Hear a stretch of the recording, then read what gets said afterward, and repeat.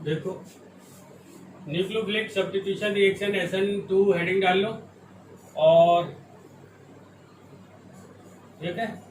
अब देखो SN2 का मतलब क्या है, न्यूक्लियोफिलिक सब्स्टिट्यूशन बायोमॉलिक्यूलर, ठीक है। या इसको ऐसा भी पढ़ते हैं biomolecular nucleophilic substitution reaction, biomolecular substitution nucleophilic, biomolecular nucleophilic substitution reaction भी इसको बोलते हैं, या ऐसा भी बोलते हैं न्यूक्लियोफिलिक सब्स्टिट्यूशन बायोमॉलिक्यूलर, या इसका क्या बोलेंगे, nucleophilic substitution of order two, ठीक है। ऑर्डर टू कैसा आएगा वो भी आपको समझ में, ठीक है, क्लियर है। एस का मतलब क्या हुआ, एस का मतलब सब्स्टिट्यूशन हो गया। एन का क्या मतलब हुआ, न्यूक्लियोफिलिक, और ये जो 2 दिख रहा है तुम्हें उसका मतलब हो गया क्या, बायोमॉलिक्यूलर, ठीक, समझ गए। कोई दिक्कत है क्या, कोई दिक्कत नहीं ना। बायोमॉलिक्यूलर न्यूक्लियोफिलिक सब्स्टिट्यूशन रिएक्शन बोल दो, बायोमॉलिक्यूलर न्यूक्लियोफिलिक सब्स्टिट्यूशन रिएक्शन होगी, ठीक है, क्लियर है। और बायोमॉलिक्यूलर क्यों कहते हैं वो थोड़ी देर में हम आगे जब मैकेनिज्म देखेंगे तो वो समझ में आएगा, ठीक। अब देखो जरा, न्यूक्लियोफाइल आप पहले ही जानते हो,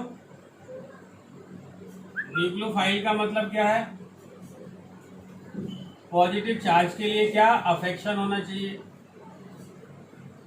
ठीक है। पॉजिटिव चार्ज के लिए, न्यूक्लियस के लिए अफेक्शन, न्यूक्लियस के लिए चाहत, न्यूक्लियस के लिए मोहब्बत, यही क्या कहलाएगा, न्यूक्लियोफाइल कहलाएगा, ठीक है, क्लियर है, न्यूक्लियोफिलिक, ठीक है। न्यूक्लियोफाइल का मतलब क्या है, न्यूक्लियस लविंग होता है, न्यूक्लियस के लिए अफेक्शन होता है, पॉजिटिव चार्ज के लिए अफेक्शन होता है, पॉजिटिव चार्ज के लिए मोहब्बत, ठीक है, यही बात है, ओके। आगे चलो, अब देखो, तो ये तुम सबस्ट्रेट लोगे प्लस रिएजेंट लोगे, सॉल्वेंट लोगे और ये प्रोडक्ट बना लोगे, क्लियर है। ये भी आप लिख लो पहले। SN2 में किस टाइप का तुम्हें सबस्ट्रेट चाहिए, किस तरह का रिएजेंट चाहिए, किस तरह का सॉल्वेंट चाहिए, ये सब बहुत महत्वपूर्ण बातें हैं, वो धीरे धीरे अपन बनते हैं, ठीक, क्लियर है। तो चलते हैं अपन मैकेनिज्म से, फिर इसके आ जाते हैं, इसको बाद में भी देख लेंगे, ठीक है। मैकेनिज्म से समझते हैं, मैकेनिज्म बहुत ध्यान से समझना। हमने कोई ऑप्टिकली एक्टिव ले लिया, एल्केलाइट को ऐसा लिया, ऑप्टिकली A, B, C और ये X ले लिया,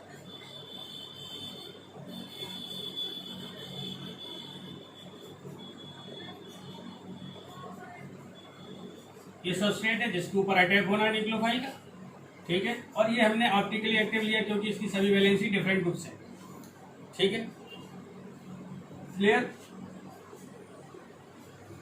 और ये जानते हो कि नहीं ऑप्टिकली एक्टिव क्या होता है,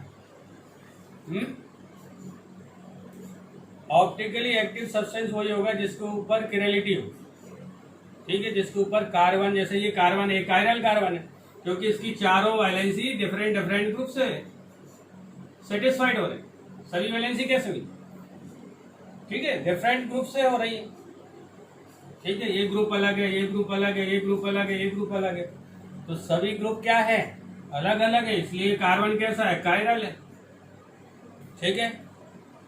एक्स एक अलग ग्रुप, ए अलग ग्रुप, बी अलग ग्रुप, सी अलग ग्रुप, सभी ग्रुप अलग अलग हो गए, तो चारों वैलेंसी क्या हो गई, डिफरेंट ग्रुप से सेटिस्फाइड हो गई। तो इस कार्बन को तुम क्या कहने लगोगे, कायरल कार्बन,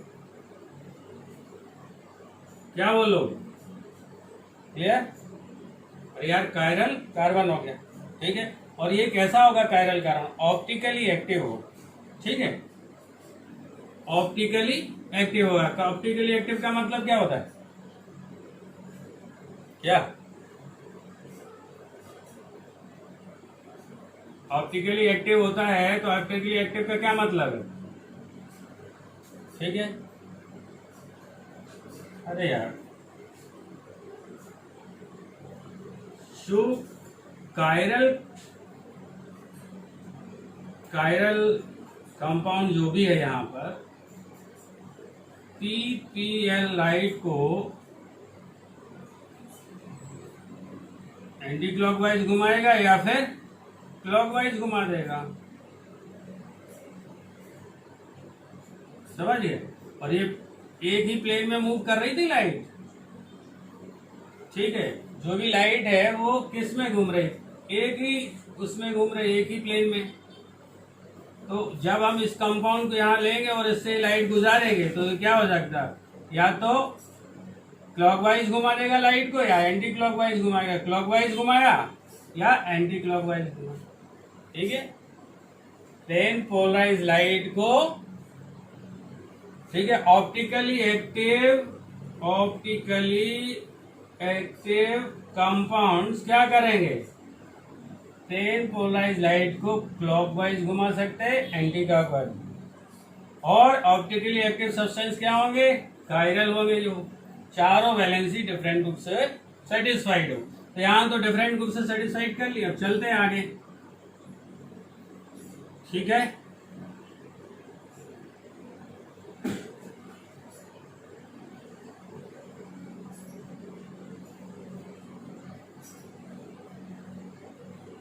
चलो मैकेनिज्म लिया, ये कायरल कार्बन लिया है, कायरल कार्बन, ठीक।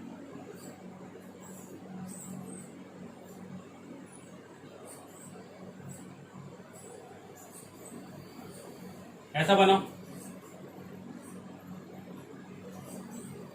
और ये टेट्राहेड्रल है, अभी नहीं लिखा वो टेट्राहेड्रल, मैं बना नहीं रहा हूँ जानबूझ के। टेट्राहेड्रल स्ट्रक्चर समझते हो, टेट्राहेड्रल होता है, ठीक, क्लियर। टेट्राहेड्रल होता है। चलो आगे देखें।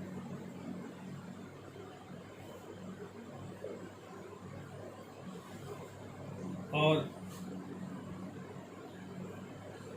ऐसा लिख सकते हैं, कुछ भी अगर तुम्हें समझना है तो ऐसा मैं देख लेता हूँ, ऐसा अच्छे से बना देता हूँ।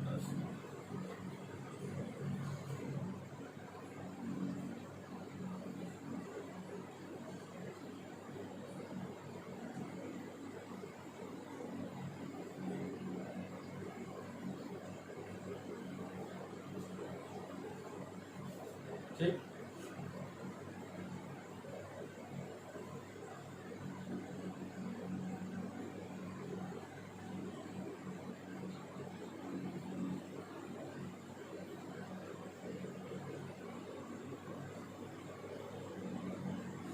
यहाँ पे कोई एक ग्रुप लगा लेते, ठीक है। यहाँ पे आर लिया तो यहाँ पे आर डैश ले लो, ठीक, ले लो। अब चलो, कोई भी न्यूक्लियोफाइल आएगा वो अटैक करेगा, ठीक है, क्लियर है। न्यूक्लियोफाइल, अब न्यूक्लियोफाइल अटैक कहाँ करेगा, जहां पे पॉजिटिव चार्ज हो, ठीक है। देखो जरा, कार्बन और हेलोजन के बीच में बॉन्ड बना है, तो ये हेलोजन जो है इलेक्ट्रोनेगेटिव है, तो ये इधर चला जाएगा तो ये नेगेटिव और ये क्या हो जाएगा, पॉजिटिव, ठीक, क्लियर है, समझ गए। तो ये कार्बन कैसा हो गया, पॉजिटिव है। तो न्यूक्लियोफाइल कहाँ अटैक करेगा, इस कार्बन पे अटैक करेगा, करेगा कि नहीं करेगा, करेगा ना, ठीक है। अब देखो, अब यहां ध्यान दें, अब इसका अटैक कैसे हो सकता है, ये सोचो जरा। ये यहां से आके अटैक करे, ये यहां से आके अटैक करे, फ्रंट साइड अटैक करे कि बैक साइड अटैक करे, बोलो, सोचो जरा। ये front side attack, front attack है, ये यहां से आएगा या फिर यहां से आएगा, तो तुम्हें सोचना है कहां से आएगा।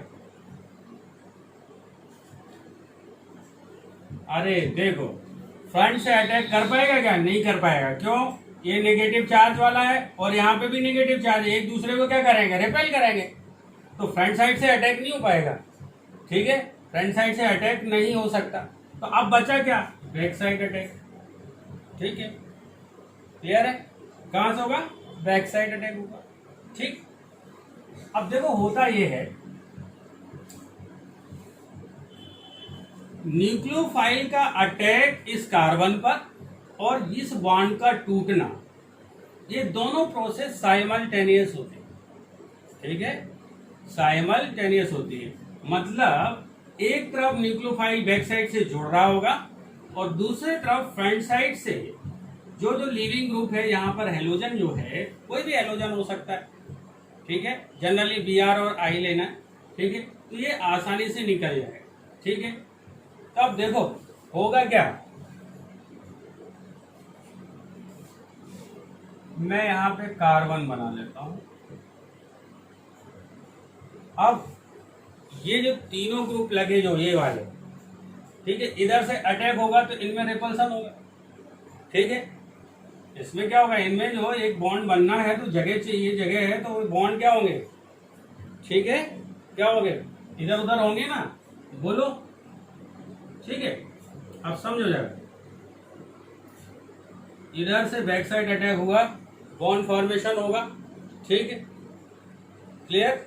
तो अब हम इधर क्या रखते हैं, डैश डैश डैश डैश से क्या लगा देते हैं, न्यूक्लियोफाइल को लगा देते हैं, ठीक है, और ये जो एक्स वाला है ऐसा डैश डैश लगा के एक्स लगा देते हैं, ठीक है, क्लियर है, ध्यान देना, दोनों प्रोसेस साइमल्टेनियस है, breaking of bond between carbon and halogen and formation of bond between carbon and nucleophile.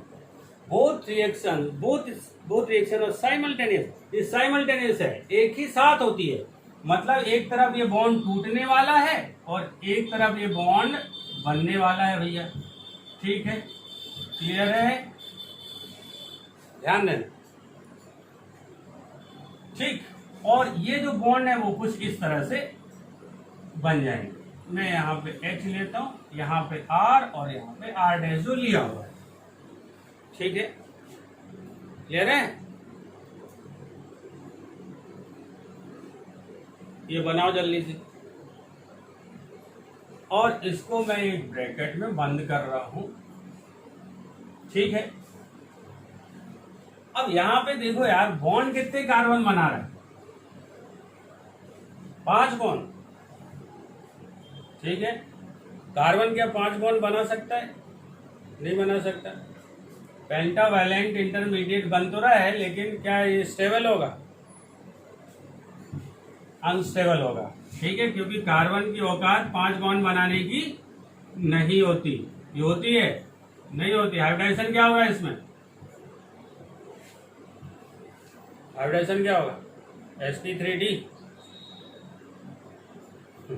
sp3d कभी नहीं हो सकता, ठीक है, क्योंकि कार्बन के पास d ऑर्बिटल ही नहीं, ठीक है, तो 5 बॉन्ड है नहीं, एक्चुअली है कितने बॉन्ड, ये बॉन्ड तो है ही नहीं, ये बना ही नहीं, ये खत्म ही नहीं हुआ, ठीक है ना, क्लियर है। तो इन बॉन्ड को हम गिनेंगे नहीं, ये तो बना ही नहीं ना, नहीं ये पूरा टूटा है, तो अब कभी भी हम इसको आधा बॉन्ड ऐसा नहीं कह सकते, ठीक है।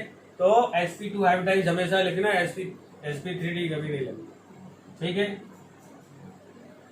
समझ गए, कभी मत लिखना, ठीक। अनस्टेबल है, अनस्टेबल ट्रांजिशन स्टेट बोलते हैं इसको, अनस्टेबल ट्रांजिशन स्टेट, ठीक। H ये जो है बॉन्ड ये उधर चले जाएंगे, ठीक है, बैक साइड में, ठीक, क्लियर।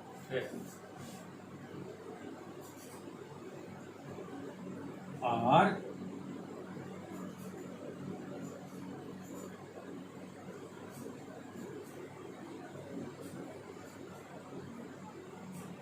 हार्ड है, और इधर क्या आया बेटा, न्यूक्लियोफाइल, ठीक।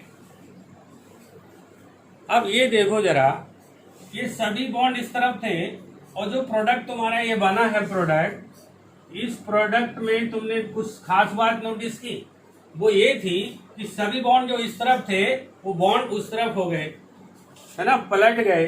ठीक है, पलट गए तो पलट गए तो क्या बोलोगे, पलट गए तो क्या बोलोगे, इनवर्जन होगा। और इसको सबसे पहले नोटिस किया था वार्डेन साहब ने, तो इसको वार्डेन इन्वर्जन भी बोलते हैं, लिख लो। ठीक है, तो इन्वर्जन कंपाउंड बना, क्या बना, इन्वर्जन कंपाउंड बना। ठीक है, ठीक है, लिखो इसको, जल्दी जल्दी बनाते जाओ।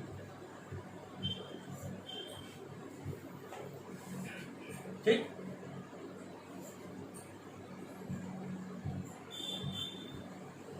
और ध्यान दो, इन्वर्जन हुआ अगर ये कंपाउंड जो ऑप्टिकली एक्टिव था, ये अगर क्लॉकवाइज घुमा रहा था लाइट को, तो जो प्रोडक्ट बनेगा वो क्या करेगा, एंटी क्लॉकवाइज घुमाएगा। ठीक है, क्लियर है, ध्यान दो जरा। अगर ये क्लॉकवाइज घुमाता है तो उसमें क्या घूमेगा भैया, लाइट एंटी क्लॉकवाइज। अगर ये एंटी क्लॉकवाइज हो वो अगर ये एंटी क्लॉकवाइज हो क्लॉकवाइज, अगर ये क्लॉकवाइज हो वो एंटी क्लॉकवाइज। ठीक है, इन्वर्जन होता है, याद रखो।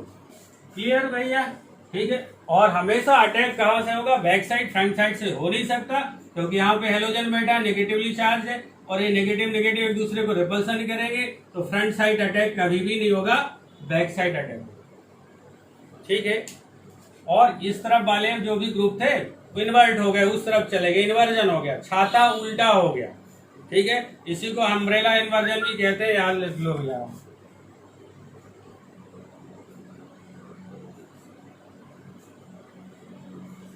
Umbrella inversion. और यहाँ पे सॉल्वेंट लिखो तुम, ये जो सॉल्वेंट होता है वो खास बात लिखो, पोलर एप्रोटिक होता है।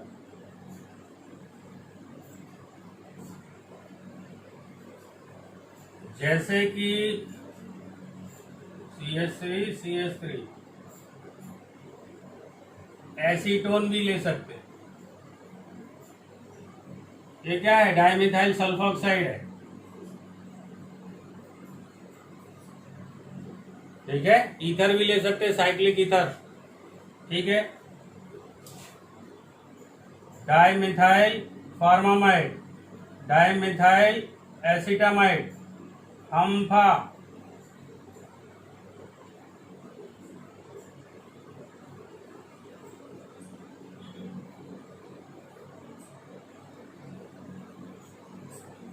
ये सब क्या है, पोलर एप्रोटिक सॉल्वेंट। और शॉर्ट फॉर्म वाले सभी याद रखो, एप्रोटिक ही होते, पोलर एप्रोटिक ही होते। ठीक है, तो पोलर एप्रोटिक सॉल्वेंट यूज करना।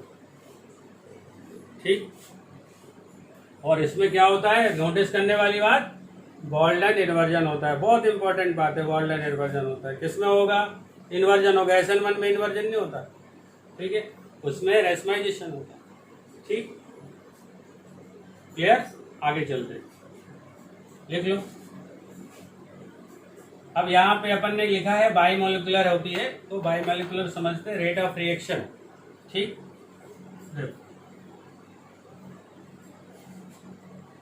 अब ध्यान दो, इसका जो रेट है ये स्लो स्टेप है। ठीक, अब यहां पर देखो, होता यह है कि न्यूक्लियोफाइल का अटैक भी हो रहा है, मतलब इन्वॉल्वमेंट किसका है, न्यूक्लियोफाइल का भी है और एल्काइल हैलाइड का भी। तो आर जो है रेट क्या है, RX, और क्या, न्यूक्लियोफाइल। ठीक है, 1 ऑर्डर क्या हो जाएगा, 2। ठीक है, 1 मोल ये है, 1 मोल है, दोनों लिए तो जो दोनों जुड़ जाएंगे तो 2 हो जाएगा, ऑर्डर तो 2 हो जाएगा। और बायोमॉलिक्यूलर क्यों बोल रहे हैं, कि रेट जो है RDS इसका जो है वो डिपेंड किस पे कर रहा है, alkyl halide as well as nucleophile, क्योंकि पहले ही स्टेप में दोनों इन्वॉल्व हो रहे हैं। ठीक है, तो रेट ऑफ रिएक्शन दोनों पर डिपेंड करेगी, एल्काइल हैलाइड पर भी और न्यूक्लियोफाइल में। That's why it is known as SN2 reaction, nucleophilic substitution bimolecular. ठीक है, क्लियर? लिखो, आगे चलते हैं। रेट समझ में आ गई कैसे? दोनों पे डिपेंड करेगी, इन्वर्जन होगा। आगे चलो,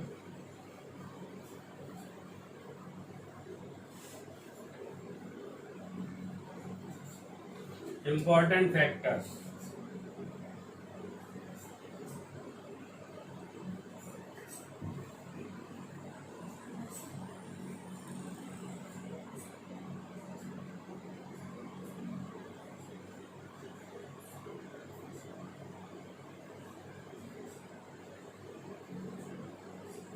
ली स्टैंडर्ड चाहिए,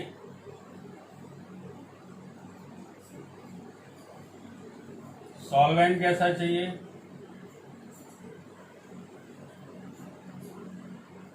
पोलर एप्रोटिक चाहिए, रिएजेंट कैसा चाहिए,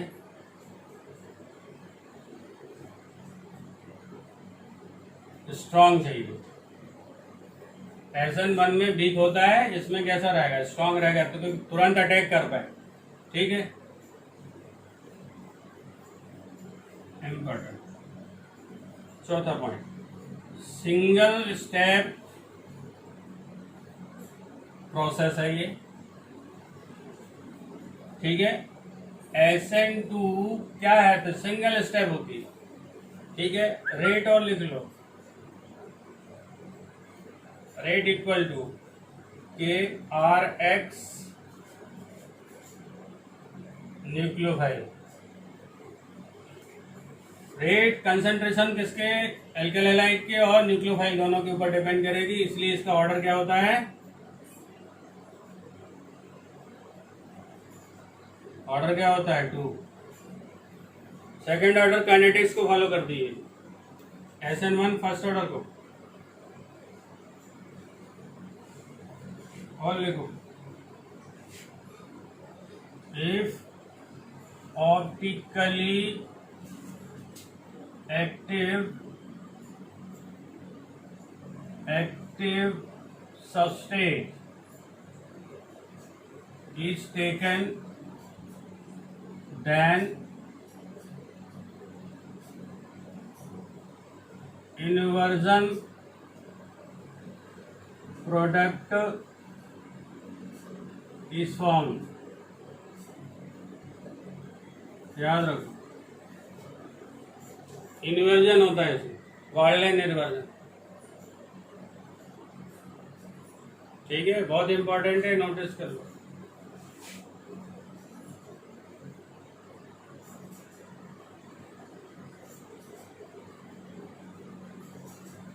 वाइल्डलाइन इन्वर्जन हो, ठीक।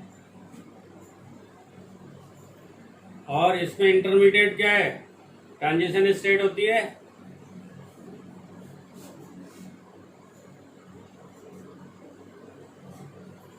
Transition state is noticed.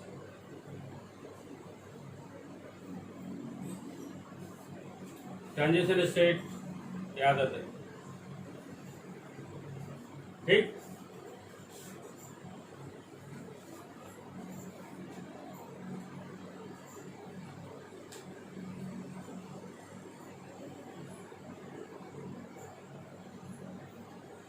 ठीक, आगे इंपॉर्टेंट बात इसमें एक चीज और मुझे बतानी है, वो बताता हूँ।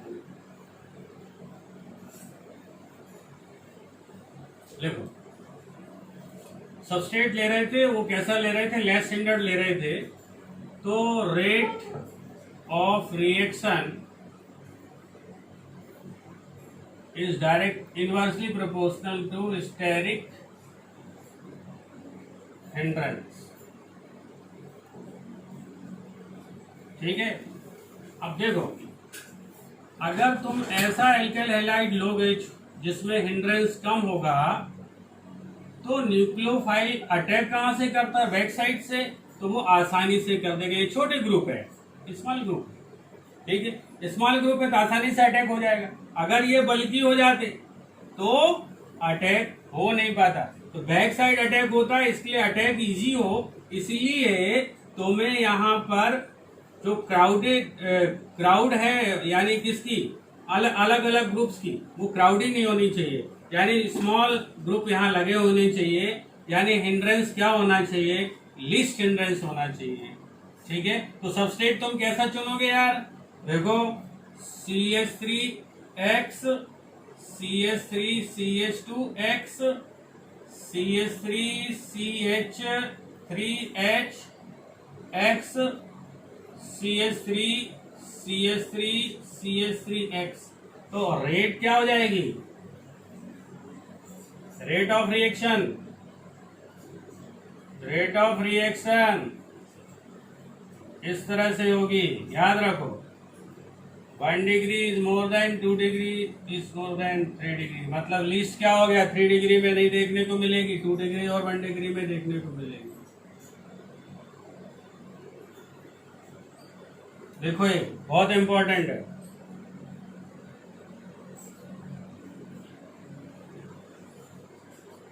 ठीक है,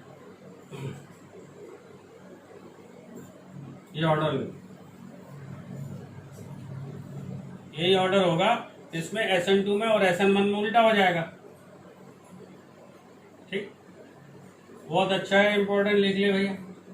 अच्छा, लिविंग ग्रुप के बारे में क्या कहोगे, कैसा लिविंग ग्रुप ये लोगे, एक्स कैसा लोगे, देखो जो RX है तुम R क्या ले सकते हो, F ले सकते हो, R Cl ले सकते हो, R Br ले सकते हो, R I ले सकते हो।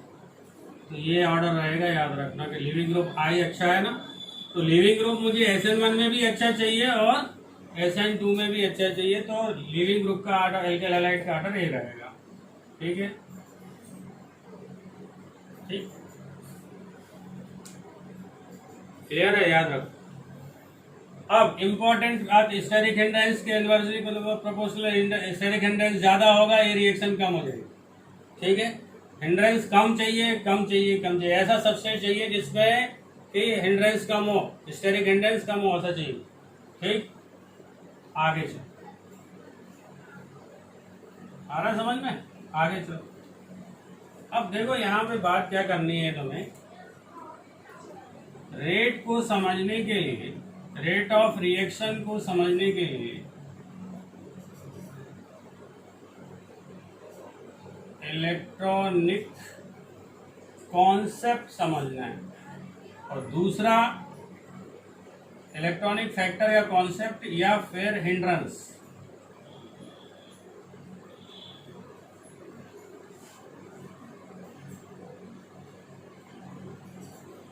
यहां पे ये प्रोमिनेंट चीज है, मतलब हम कार्बन जितना ज्यादा पॉजिटिव होगा, जिसके ऊपर अटैक होना है, ठीक है, जितना ज्यादा पॉजिटिव होगा कार्बन उतना जल्दी रिएक्शन होगी। ठीक है, क्लियर है, स्टेबिलिटी की बात नहीं है यहाँ पे। ठीक, यहाँ पे क्या है, ये हिंड्रेंस की बात नहीं हो रही, हम मेन किसको मानेंगे, ठीक है, कार्बन। ठीक है, कार्बन जितना ज्यादा पॉजिटिव, ठीक है, उतना ही ज्यादा रिएक्शन होगी SN2। ठीक है, ठीक है, ओके। अब देखो यहां देखो,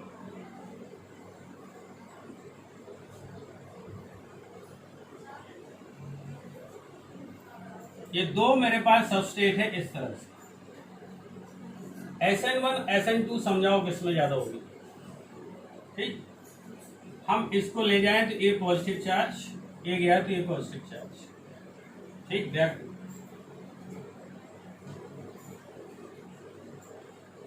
इसकी SN1 भी फास्ट होगी और SN2 भी ज्यादा होगी, क्योंकि देखो ये क्या है, रेजोनेंस में जाएगा ये, तो इधर माइनस आई इफेक्ट लग रहा है डबल बॉन्ड का। ठीक है, इधर जाएगा तो ये पॉजिटिव हो जाएगा, यहाँ पे प्लस आई है, ये क्या है, प्लस आई है ना, ये ग्रुप क्या है, प्लस आई है पॉजिटिव पर। ठीक है, तो ये कम हो जाएगा पॉजिटिव चार्ज, तो ये ज्यादा होगा। समझ में आया, याद रखना, मुझे तो ये चाहिए, ये जो कार्बन है जितना ज्यादा पॉजिटिव होगा, जितना ज्यादा उसके ऊपर चार्ज होगा, उतना ही अच्छा SN2 होगा। इसका SN1 भी अच्छा होगा क्योंकि स्टेबिलिटी लेता है। स्टेबिलिटी किसका, यहाँ पे कार्बोकैटायन बना, यहाँ पे कार्बोकैटायन बना, ये रेजोनेंस के कारण स्टेबल हो जाएगा। ठीक है, इसलिए इसके SN1 भी ज्यादा है, अच्छा है, और SN2 भी। SN2 में क्यों कि ये क्या हो गया, माइनस आई इफेक्ट लगा होगा इस कारण से। ठीक है, क्लियर है, ओके। आगे देखो,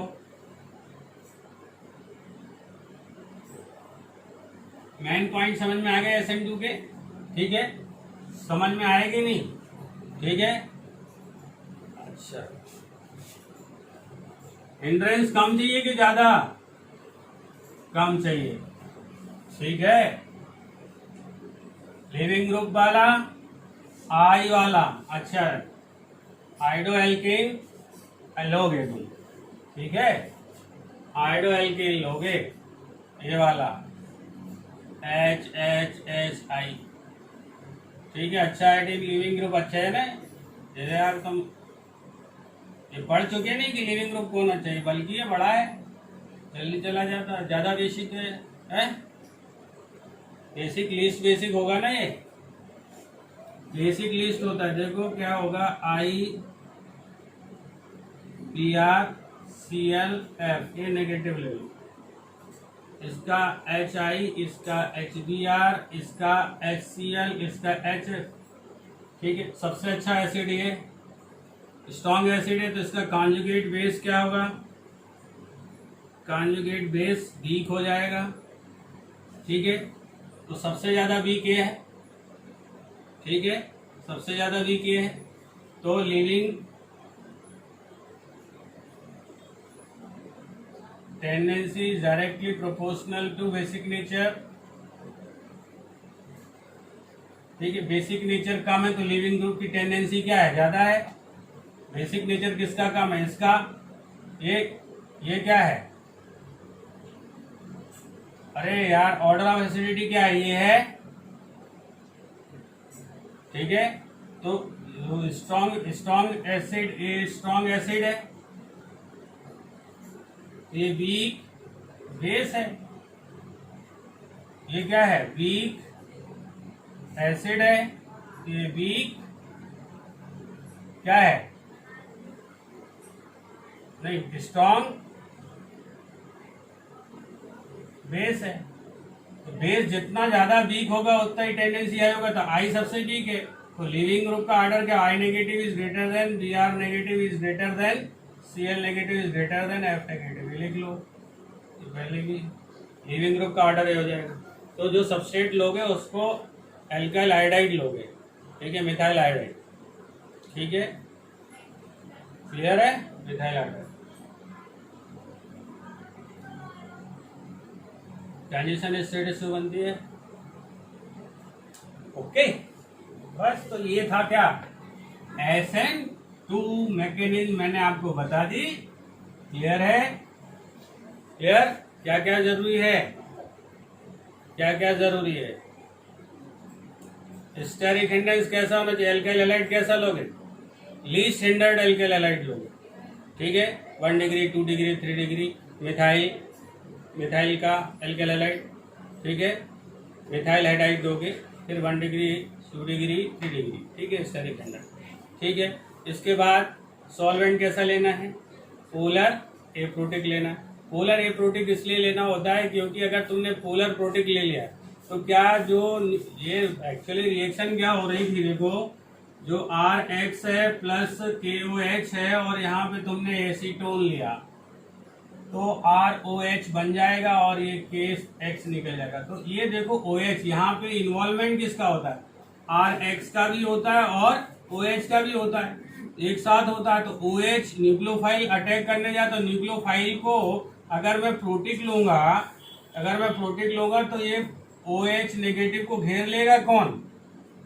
प्रोटिक सॉल्वेंट घेर लेगा। तो इसकी मोबिलिटी कम हो जाएगी, तो मूव नहीं कर पाएगा, तो क्या अटैक कर पाएगा? नहीं कर पाएगा। इसीलिए ए प्रोटिक लेना है। ए प्रोटिक सॉल्वेंट जो होता है वो एनायन को सॉल्वेट नहीं कर पाता, ठीक है। तो एनायन मेरे पास क्या रहेगा? फ्री रहेगा तो अटैक कर देगा, इसलिए यहाँ पे एसीटोन लेते हैं, ठीक है। क्लियर है? ओके, ठीक है। तो ये हम लेंगे ए प्रोटिक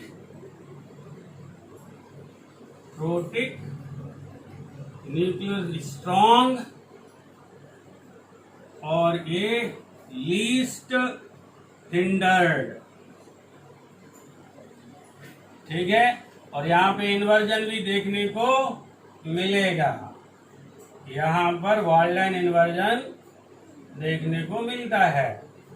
ठीक है, जब क्या एल्किल हैलाइड कैसा लोगे, ऑप्टिकली एक्टिव लोगे तो वॉल्डन इन्वर्जन भी हम देख पाएंगे। ठीक है, अगर ये क्लॉकवाइज घुमा रहा है सबस्ट्रेट तो जो प्रोडक्ट है वो एंटी क्लॉकवाइज घुमाएगा लाइट को। ठीक है, क्लियर है, यू गॉट माई पॉइंट। तो this is all about SN2। ठीक है, टू स्टेप में होगी, सिंगल स्टेप में, सिंगल स्टेप में होगी। ठीक है, मैंने आपको लिखा दिया, जब हम डिफरेंस लिखेंगे तो और अच्छे से करेंगे। ठीक है, ओके।